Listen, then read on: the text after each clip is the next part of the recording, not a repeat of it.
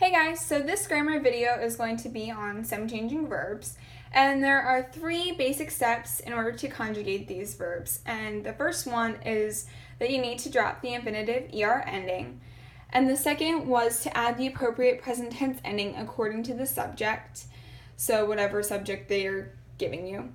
And the third is that you need to add the stem change in all forms except for the new and the boo. So it's only the subjects that are in the boot, and I'll show you some examples of that in a second. So verbs that end in GER and CER are already considered stem changing verbs, so their stem change only occurs in the new form. And as an example, I did manger goes to nous mangeons, and there are 6 basic types of stem changing verbs. And the first is that EER verbs go to E accent grave at the ending, and I'll show you some examples of that in a second. And then for ETER, the T, you just double the T, and the OYER and UYER, the Y changes into an I. And for the ELER, you just double the L, and the E accent aigu goes to an accent grave.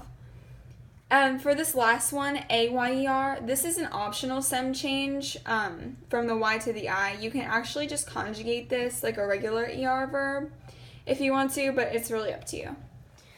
Okay, and of course there are some exceptions. So for ELER verbs, all of these verbs are conjugated like EER verbs. So you can just take a second to look at that.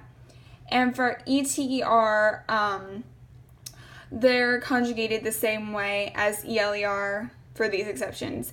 You just conjugate them like EER verbs. So you can take a second to look at that.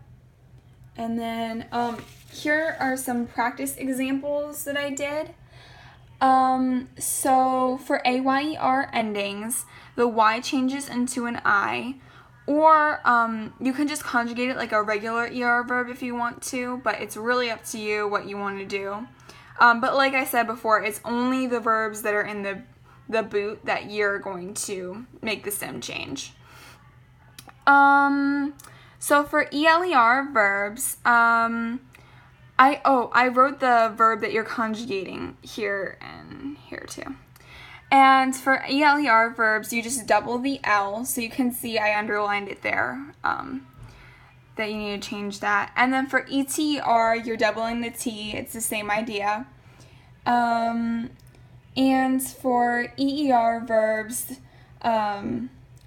you're changing the E to an E accent grave.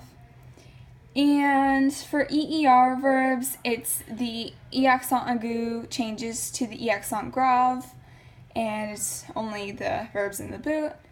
And for OYER and UYER, the Y changes to an I. And yep, that's it. So I'm going to give you a second to look at this. Okay, look at the beautiful whiteout. Alright, thanks guys.